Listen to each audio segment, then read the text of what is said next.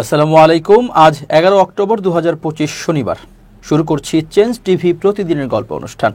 দর্শক, আপনাদের সঙ্গে রয়েছে আমি ইমতিয়াজ আহমেদ। শুরুতেই সংবাদ শিরোনাম। কৌশলে পালিয়ে গেল হাসিনার সামরিক সচিব, ইন্ধনদাতার নাম প্রকাশ। অপরাধী সেনা কর্তাদের চ্যালেঞ্জ করল ডাকসু। অপরাধী সেনাদের বিষয়ে জামাত বিএনপিকে সতর্ক করল এনসিপি। এবার বিস্তারিত। ফ্রান্স প্রবাসী অ্যাক্টিভিস্ট পিনাকি ভট্টাচার্য তার ফেসবুকে লিখেছেন, মেজর জেনারেল কবির তামাবিল থেকে ইন্ডিয়াতে ঢুকছে। 2 দিন আগেই আমরা যখন আইসিটির ওয়ারেন্ট নিয়ে লাফাচ্ছি, ও তখন তামাবিলে। কিভাবে হলো? শোনা যাচ্ছে একজন উপদেষ্টা 3 দিন আগে কমান্ড্যান্ট ASU ব্রিগেডিয়ার শামস আর ডিরেক্টর মিলিটারি ইন্টেলিজেন্স ব্রিগেডিয়ার আজাদকে বলে যে আপনারা তো এখনও অফিসিয়াল ওয়ারেন্ট পান নাই, কালকে ইস্যু হবে, ওনারা তার আগেই চলে যাক। সেই পরামর্শ মতো কবির তার ফ্যামিলি নিয়ে 3 দিন আগেই তামাবিল যায়। গত পরশু পার হয়ে গেছে সীমান্ত। DGFI আর মিলিটারি ইন্টেলিজেন্সের 3 অফিসার গাড়ি করে সীমান্তে পৌঁছে দিয়েছে। উপদেষ্টার নাম আমি আর বললাম না, আপনারাই জেনে যাবেন কিছুদিনের মধ্যে। এদিকে আমেরিকা প্রবাসী সাংবাদিক ইলিয়াস হোসেন তার ফেসবুকে লিখেছেন, আসিফ নজরুল এবং তার চাকরিদাতা ওয়াকারের মধ্যস্থতায় তামাবিল সীমান্ত হয়ে পালিয়ে গেল গুম খুনের অন্যতম হোতা মোদিপুত্র কবির। ওয়ারেন্ট ক্যান্টনমেন্টে পৌঁছানোর আগে তালিকার একজনকেও খুঁজে পাওয়া যাবে না। জানা গেছে অবসরপ্রাপ্ত ব্রিগেডিয়ার জেনারেল আমান আজমিকে গুমের পেছনে এই মেজর জেনারেল কবিরের হাত রয়েছে এবং সকল গুমের তিনিই মাস্টার মাইন্ড। গুমের মাধ্যমে সংঘটিত মানবতা বিরোধী অপরাধের অভিযোগে আন্তর্জাতিক অপরাধ ট্রাইব্যুনাল আইসিটি কর্তৃক সাবেক ও কর্মরত 24 জন সেনা কর্মকর্তার বিরুদ্ধে গ্রেপ্তারি পরোয়ানা জারির পর প্রশ্ন উঠেছে, তাদের বিচার ট্রাইব্যুনালে হতে কোনো আইনি বাধা আছে কিনা। আইন বিশেষজ্ঞ এবং অতীতের নজির বলছে এ ধরনের বিচারে আইনগত কোনো বাধা নেই, বরং সাম্প্রতিক একটি আইন সংশোধনী এই বিচার প্রক্রিয়াকে আরও সহজ করেছে। আইনজীবীরা বলছেন, সামরিক বাহিনীর কোনো সদস্যের বিরুদ্ধে সাধারণ নাগরিকের উপর সংঘটিত ফৌজদারি অপরাধের বিচার দেশের প্রচলিত আদালতেই হতে পারে।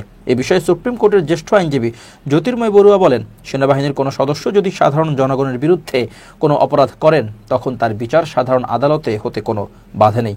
ইতিপূর্বে এ ধরনের বিচারের একাধিক নজির রয়েছে।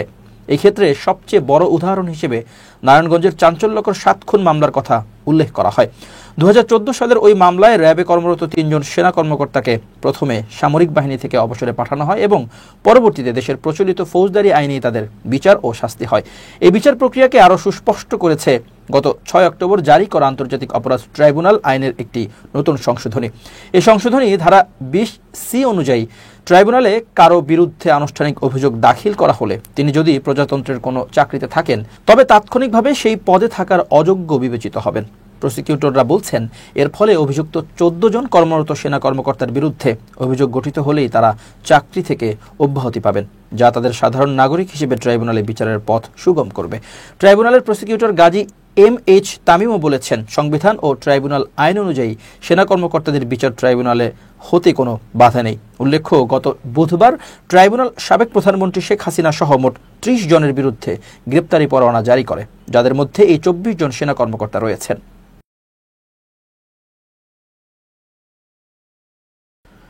গুম খুনের নির্দেশদাতা শেখ হাসিনা ও জড়িত সামরিক পুলিশ গোয়েন্দা বাহিনীর কর্মকর্তাদের বিচার দাবি করেছে ডাকসু।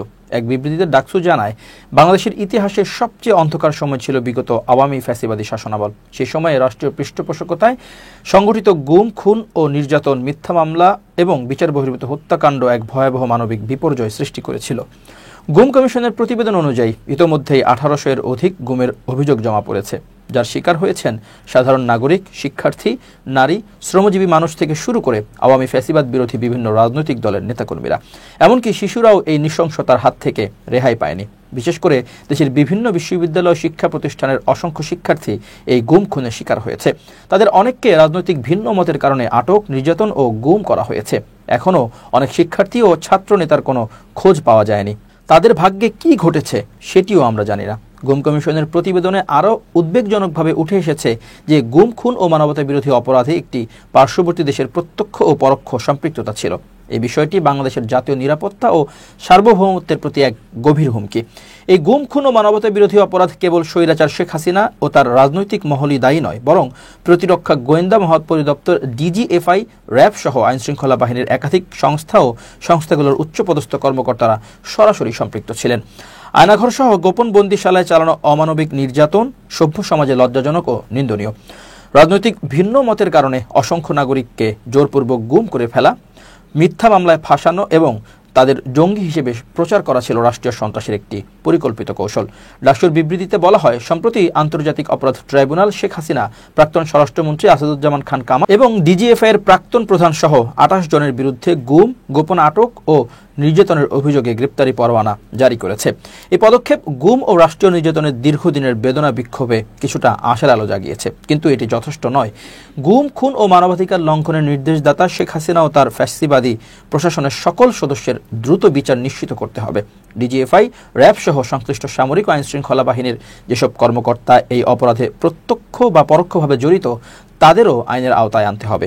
গুম কমিশনের তদন্তকে স্বচ্ছ, নিরপেক্ষ ও আন্তর্জাতিক মানদণ্ড অনুসারে পরিচালনা করতে হবে, যাতে ভুক্তভোগী পরিবারগুলো ন্যায় বিচার পায়। চিহ্নিত অপরাধীদের সেফ এক্সিট বা দায়মুক্তি দেওয়ার যে কোনো ষড়যন্ত্রের বিরুদ্ধে ছাত্র সমাজ সোচ্চার থাকবে।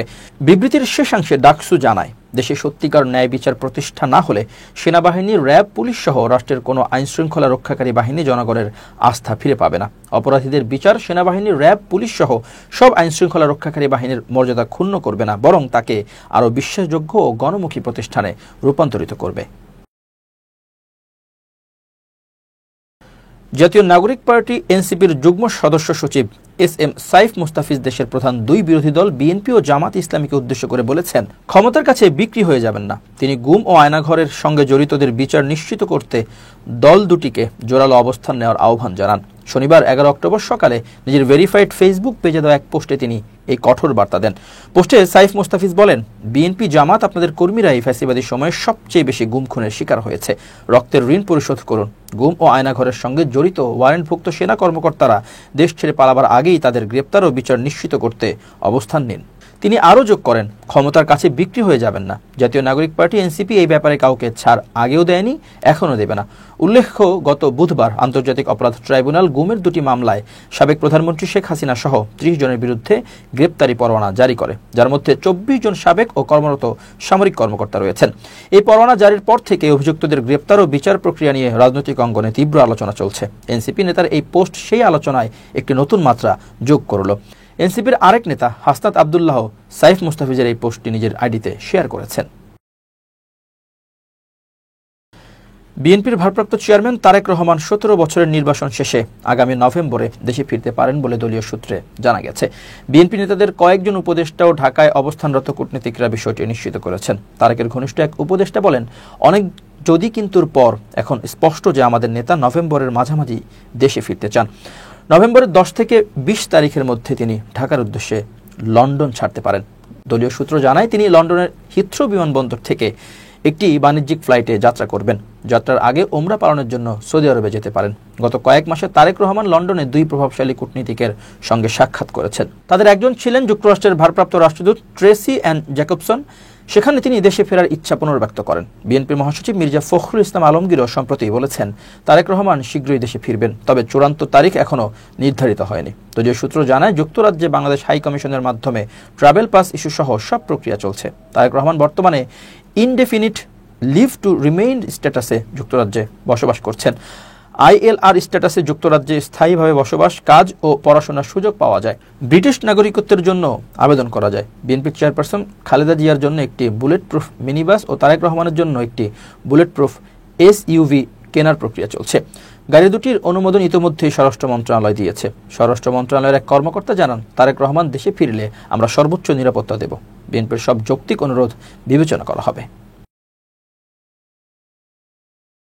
ফিলিস্তিনে এখনও ইসরায়েলিদের বর্বরতা চলছে। তাদের উপর নির্যাতন বন্ধ হয়নি জানিয়ে বাংলাদেশি আলোকচিত্রী এবং মানবাধিকার কর্মী শহীদুল আলম বলেছেন, যতক্ষণ পর্যন্ত তাদের উপর অত্যাচার বন্ধ না হবে ততক্ষণ আমাদের সংগ্রাম চলবে। তিনি বলেন, গাজা মুক্ত হয়নি। গাজার মানুষ এখনও ইসরায়েলিদের আক্রমণের শিকার। তাদের উপর এখনও নির্যাতন চলছে। এই নির্যাতন যতক্ষণ বন্ধ না হবে ততক্ষণ আমাদের কাজ শেষ হবে না।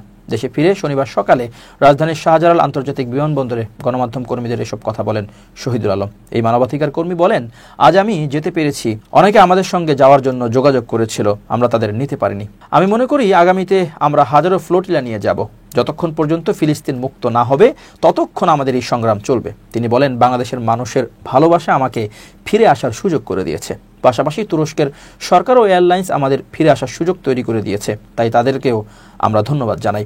ফিলিস্তিনে যাওয়ার পথে কী ধরনের বাধার সম্মুখীন হয়েছেন সাংবাদিকের এমন প্রশ্নের জবাবে তিনি বলেন, আমরা যে ফ্লোটিলায় ছিলাম সেটি ছিল সবচেয়ে বড় ফ্লোটিলা। আমাদের এই ফ্লোটিলাটি সংবাদকর্মী এবং স্বাস্থ্যকর্মীদের জন্য বরাদ্দ ছিল। যেহেতু ইসরায়েলিদের সবচেয়ে বড় আক্রোশের কেন্দ্রবিন্দুতে ছিল সংবাদকর্মী ও স্বাস্থ্যকর্মীরা, তাই আমাদের উপর আক্রমণ এড়াতে বড় ফ্লোটিলাটি রাখা হয়েছিল। তিনি বলেন, আমাকে শারীরিকভাবে যে নির্যাতন করা হয়েছে তার চেয়েও বেশি খারাপ লেগেছে যখন আমাদের দেশের পাসপোর্টটি মাটিতে ছুঁড়ে ফেলে দেওয়া হয়েছিল। এই অপমানের বিচার আমাদের নিশ্চিত করতে হবে। কোনো দেশ যেন আমাদের এভাবে অপমান করে এড়িয়ে যেতে না পারে, সেদিকে আমাদের দৃষ্টি রাখতে হবে। আমি এই অপমানের বিচার চাই। আইন উপদেষ্টা ডক্টর আসিফ নজরুল বলেছেন, আপনারা জানেন এখন সেফ এক্সিট নিয়ে নানা কথাবার্তা হচ্ছে। আমরা উপদেষ্টারা খুব নিশ্চিতভাবে জানি আমাদের কারো সেফ এক্সিটের প্রয়োজন নেই। শনিবার রাজধানীর একটি হোটেলে জাতীয় মানবাধিকার কমিশন অধ্যাদেশ 2025 বিষয়ক জাতীয় পরামর্শ সভায় তিনি একথা বলেন। আসিফ নজরুল বলেন, বাংলাদেশের জাতি হিসেবে সেফ এক্সিটের প্রয়োজন আছে। গত 55 বছর দুঃশাসন, গুম, বিচার বহির্ভূত হত্যাকাণ্ড ছিল। এই ভয়াবহ রাষ্ট্রকাঠামো থেকে সেফ এক্সিট প্রয়োজন। তিনি বলেন, আইনও করা হয় কিন্তু আলটিমেটলি প্রতিষ্ঠান দাঁড়ায় না। আইন করার ক্ষেত্রে আমাদের কিন্তু ব্যর্থতার ইতিহাস কম। আমরা অনেক ভালো ভালো আইন করি, কিন্তু প্রতিষ্ঠান করার ক্ষেত্রে আমাদের ব্যর্থতা সীমাহীন। আপনাদের একটা এক্সাম্পল দিই, এটা কনস্টিটিউশনাল ল এর ক্ষেত্রে প্রায়ই পড়াই। আমার মনে হয় আমাদের 72-এর সংবিধানে কিছু সীমাবদ্ধতা ছিল, কিছু ভালো জিনিসও ছিল। একটা খুব ভালো বিধান ছিল যে রাষ্ট্রপতি প্রধান বিচারপতিকে ইন্ডিপেন্ডেন্টলি নিয়োগ করবে। এটা এই উদ্দেশ্যেই করা হয়েছিল যেন এখানে রাজনৈতিক প্রভাব না থাকে। রাষ্ট্রপতি ইন্ডিপেন্ডেন্টলি দুটো কাজই করতে পারে, তার মধ্যে আসলে একটা কাজ করতে পারেন, সেটা হলো প্রধান বিচারপতিকে নিয়োগ করা। কিন্তু আপনারা সবাই জানেন রাষ্ট্রপতি কখনোই প্রধান বিচারপতিকে ইন্ডিপেন্ডেন্টলি নিয়োগ করে নাই। প্রধানমন্ত্রীর ইচ্ছা অনুযায়ী প্রধান বিচারপতি নিয়োগ পেয়েছেন।